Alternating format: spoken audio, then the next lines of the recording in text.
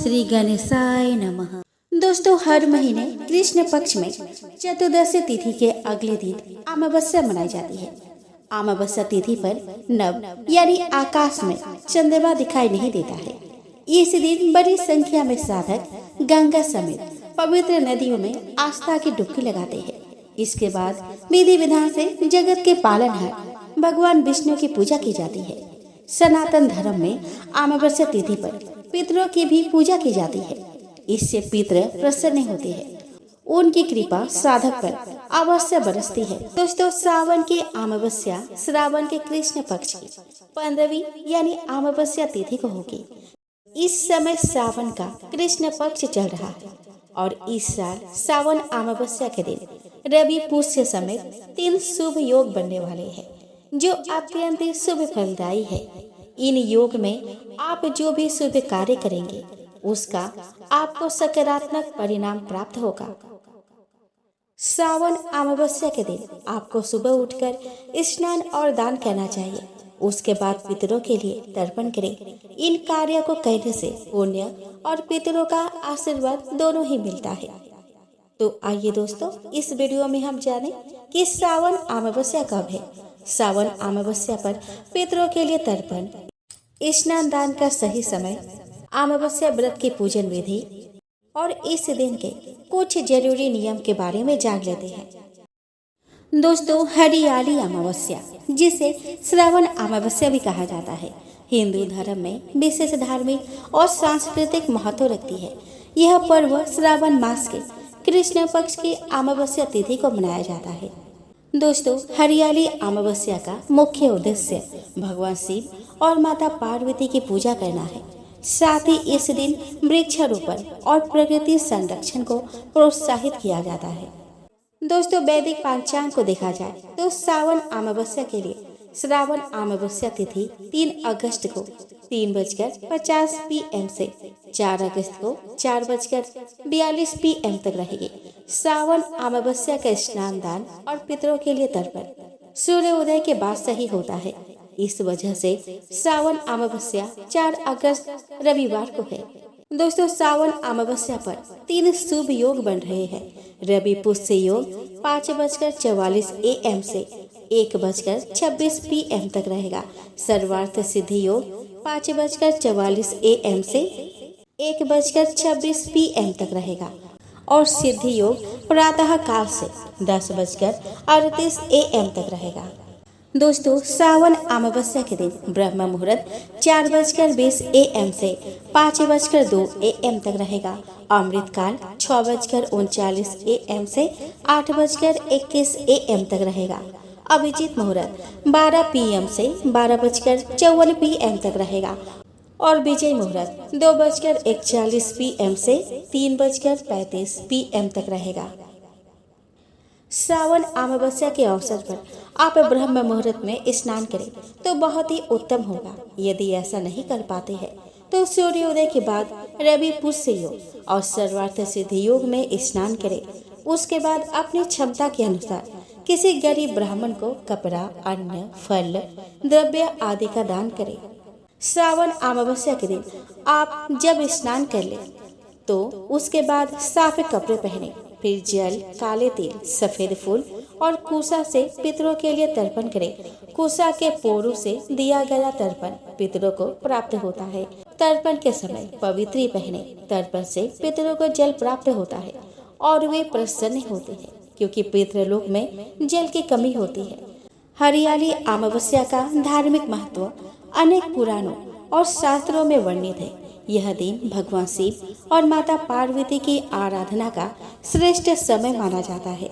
इस दिन शिवलिंग पर बेलपत्र, धतूरा और अन्य पूजा सामग्रियां अर्पित करने से विशेष फल की प्राप्ति होती है। मान्यता है कि इस दिन व्रत और पूजा करने से सभी प्रकार के पापों से मुक्ति मिलती है और जीवन में सुख समृद्धि का वास होता है। नारद पुराण के अनुसार श्रावण मास के अमावस्या को पितृ श्राद्ध, दान, होम और देव पूजा और वृक्षारोपण आदि शुभ कार्य करने से अक्षय फल की प्राप्ति होती है। दोस्तों, प्रातः काल स्नान कर शुद्ध वस्त्र धारण करें और पूजा स्थल को स्वच्छ कर वहाँ पर शिवलिंग या भगवान शिव की प्रतिमा स्थापित करे। हाथ में जल लेकर व्रत और पूजा का संकल्प करे। भगवान शिव के सामने आसन पर बैठकर ध्यान और प्रार्थना करे।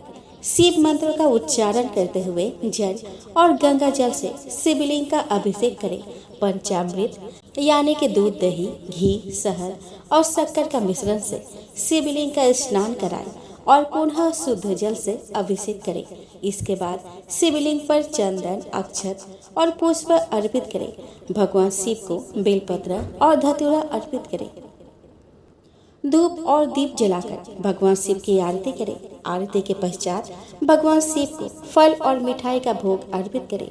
ओम नमः शिवाय मंत्र का जाप करें। शिव पुराण के अनुसार इस मंत्र का जाप करने से सभी कष्टों से मुक्ति मिलती है और भगवान शिव का आशीर्वाद प्राप्त होता है। हरियाली अमावस्या के दिन वृक्षारोपण का विशेष महत्व है। इस दिन पेड़ पौधे लगाने से पर्यावरण संरक्षण के साथ साथ धार्मिक पुण्य की प्राप्ति होती है। यह मान्यता है कि इस दिन वृक्षारोपण करने से जीवन में सुख समृद्धि आती है और घर परिवार में शांति बनी रहती है। इस दिन दान पुण्य का भी विशेष महत्व है। अन्न, वस्त्र और धन का दान करने से जीवन में सकारात्मक ऊर्जा का संचार होता है। गरीबों और जरूरतमंदों को भोजन कराना और उन्हें वस्त्र दान करना अत्यंत पुण्यकारी माना जाता है। आइए दोस्तों, अब हम श्रवण करें हरियाली अमावस्या के पावन व्रत कथा। दोस्तों, बहुत समय पहले की बात है। एक प्रतापी राजा का शासन था, जिनका एक बेटा और बहू थी। एक दिन बहू ने चोरी छुपे मिठाई खा ली और दोष चूहे पर मर दिया। चूहा इस आरोप से बेहद क्रोधित हुआ और उसने बदला लेने की ठान ली। एक दिन जब राजा के यहाँ कुछ मेहमान आए हुए थे और राजा के कमरे में सो रहे थे, तो चूहे ने रानी की साड़ी चुपके से वहां रख दी। सुबह जब मेहमानों की नींद खुली और उन्होंने रानी की साड़ी देखी, तो सभी हैरान रह गए। राजा को जब इस बात का पता चला, तो उन्होंने अपने बहू को महल से निकाल दिया। अब रानी हर शाम दिया जलाकर ज्वार उगाने का काम करती और पूजा के बाद गुड़धानी का प्रसाद बांटती। एक दिन राजा उसी रास्ते से गुजरे और उन्होंने उन दियों की रोशनी देखी। महल लौटकर राजा ने सैनिकों को जंगल में जाकर वहां की जांच करने का आदेश दिया।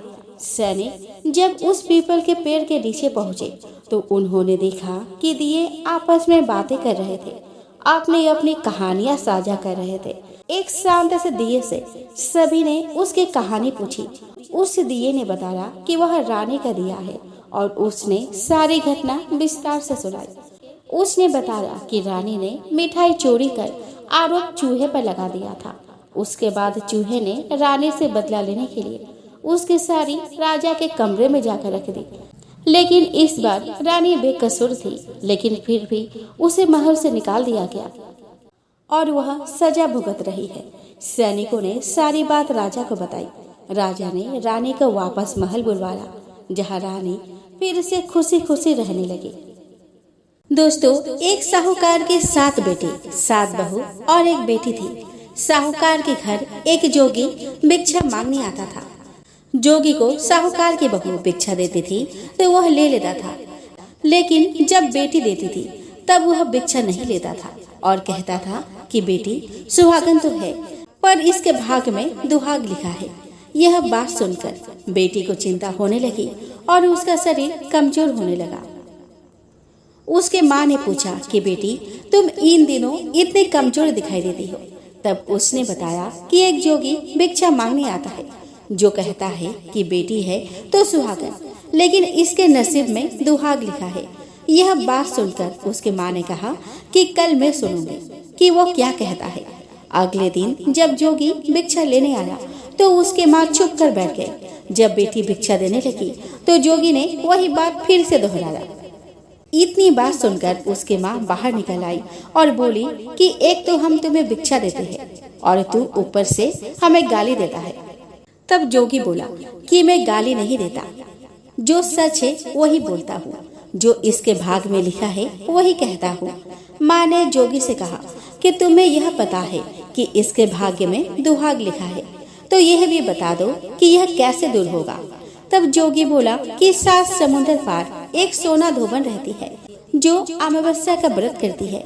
अगर वह आकर अपने फल इसको दे दे तो इसका निवारण हो सकता है, नहीं तो विवाह होते ही इसके पति को सर्प डस लेगा। यह बात सुनकर माँ बहुत रोने लगी और सोना धोबन के तलाश में जाने लगी। चलते चलते रास्ते में तेज धूप पड़ने लगी तो साहूकार ने एक पीपल के पेड़ के नीचे बैठ गई। उस पीपल के पेड़ में एक गरुड़ पक्षी का घोंसला था जिसमें गरुड़ का छोटा बच्चा था। साहूकारनी को घोंसले के पास एक सर्प आता दिखाई दिया तो उसने उस गरुड़ के बच्चे को बचाने के लिए उस सांप को मारकर ढाल के नीचे रख दिया। जब गरुड़ और पंखनी आए तो घोंसले के पास खून देखकर क्रोधित हो उठे और साहूकारनी को चोंच मारने लगे। तब साहूकारनी बोली कि मैंने तो तुम्हारे बच्चे की जान बचाई है। यह सर्प तुम्हारे बच्चे को डसने वाला था तो मैंने इसे मारकर उसे गिरा दिया। गरुड़ ने सर्प की ओर देखकर कहा कि तुमने हमारे बच्चे की जान बचाई है, अब तुम्हें जो मांगना है सो मांगो। तब साहूकारनी बोली कि मुझे 7 समुद्र पार सोना धोबन के घर छोड़कर आओ। गरुड़ ने साहूकारनी को अपने पीठ पर बैठाकर 7 समुद्र पार सोना धोबन के घर छोड़ आया।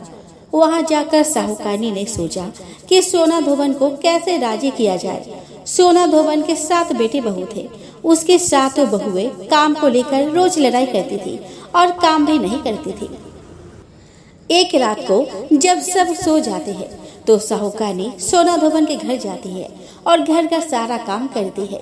गायों को नहलाती है, घर की सफाई करती है, रसोई का काम करती है, चौका बर्तन करती, आटा पीसती, कपड़े धोती, पानी भरती और दिन होने से पहले चली जाती। ऐसे ही कई दिन बीत जाते हैं। बहुएं सोचती है कि यह सारा काम कौन कर रहा है, लेकिन कभी एक दूसरे से पूछते नहीं कि यह सब काम कौन कर रहा है। एक दिन धोबन ने कहा कि तुम आजकल लड़ती भी नहीं हो और काम भी ठीक कर रही हो। तो बहुओं ने कहा कि सासू जी, काम तो हमें ही करना पड़ता है, चाहे हम लड़कर करें या राजी से करें, इसीलिए लड़ाई करने का क्या फायदा। सोना धोबन ने सोचा कि आज देखा जाए कि कौन सी बहू काम करती है और वह रात को सोई नहीं। उसने देखा कि रात को एक स्त्री आई और पूरा काम करके जाने लगी। तो सोना धोबन ने बोला कि तुम कौन हो और तुम्हें ऐसा क्या जरूरत है जो तुम इतना काम कर रही हो। साहूकारनी ने कहा कि जरूरत है तभी तो इतना काम कर रही हूँ। सोना धोबन ने पूछा कि तुम्हें क्या चाहिए। साहूकारनी बोली कि पहले मुझे वचन दो तब बताऊंगी। सोना धोबन ने वचन देकर कहा कि अब बताओ। साहूकारनी बोली कि मेरे बेटी के भाग्य में दुहाग लिखा हुआ है, इसीलिए आप चलकर उसे सुहाग दे। सोना धोबन अपने बेटी बहू से बोली कि मैं तो साहूकारनी के साथ जा रही हूँ। यदि पीछे से तुम्हारे पिताजी मर जाए तो तेल घी के कूप में डालकर छोड़ देना। फिर दोनों जनी साहूकारनी के घर चली जाती है। साहूकार की बेटे का विवाह होने लगा। दूल्हा पैरों में बैठ गया। सोना धोबन दूल्हे के घुटने के पास कच्चा करवा रखा, उसमें दूध डाला और ताक का तार लेकर बैठ गए। थोड़ी देर बाद सांप दूल्हे को डसने के लिए आया। सोना धोबन ने करवा आगे रखा और तार से बांध दिया, लेकिन दूल्हा डर के मारे मर गया। तब सोना धोबन ने टीके में से रोली निकाली, मांग से सिंदूर निकाला, कोया यानी कि आँख से काजल निकाली और मेहंदी निकालकर छोटी अंगुली से छींटे मारे और बोली कि आज के दिन तक मैंने जितने अमावस्या की व्रत की है उसका फल साहूकार के बेटे को लग जाए और आगे जो मैं अमावस्या का व्रत करूं वह मेरे बेटे को लगे। इतना कहते ही दूल्हा जीवित हो गया और सब अमावस्या माता की जय जय बोलने लगे। सोना धोबन वापस जाने लगी। तब साहूकारनी बोली कि तुमने मेरे जमाई को नया जीवन दान दिया है, इसलिए कुछ भी मांगो। वह बोली मुझे तो कुछ नहीं चाहिए, सिर्फ एक हांडी दे दो। वो हांडी लेकर चली जाती है। रास्ते में अमावस्या आती है तो हांडी का 108 परिक्रमा लगाकर पीपल के पेड़ के नीचे गाड़ कर घर आ जाती है। घर आकर देखती है कि उसका पति मरा हुआ तेल और घी के कूप में पड़ा है। तब वह टीका में से रोली निकाली, मांग में से सिंदूर निकाला, कोया में से काजल निकाली, नुम्बा में से मेहंदी निकालकर चिटली अंगुली से छींटे दिए और बोली कि मैंने जो रास्ते में अमावस्या का व्रत की है उसका फल मेरे पति को लगे। इतना कहते ही उसका पति जी उठा। घर का ज्योतिषी आया और बोला कि जजमान, अमावस्या को मेरा क्या है, तो दक्षिणा दे। सोना धोबन बोली कि मुझे तो अमावस्या रास्ते में आई थी तो कुछ भी नहीं किया, जो कुछ भी किया वह सब पीपल के नीचे ही गाड़ दिया। ज्योतिषी ब्राह्मण ने जाकर खोद कर देखा तो 108 और 13 सोने के टुकड़े मिले। ज्योतिषी ब्राह्मण सबको घर ले आया और बोला कि ऐसी फेरी की है और मुझे बोल दिया कि कुछ भी नहीं किया। सोना धोबन बोली कि यह तो तुम्हारे भाग से ही हुआ है, इसलिए इसे तुम ही ले जाओ। ब्राह्मण बोला कि मेरी तो इसमें सिर्फ 1/4 भाग ही है, बाकी आपका मन हो उसे आप दे देना। दोस्तों, सारी नगरी में बोल दिया गया कि सब अमावस्या का व्रत कीजिए। हे अमावस्या माता, जैसे साहूकार की बेटी को सुहाग दिया वैसा सबको दे दा। अमावस्या की कहानी कहने वाले को, अमावस्या की कहानी सुनने वालों को, हामी भरने वाले को और अपने पूरे परिवार को देना। जय अमावस्या माता।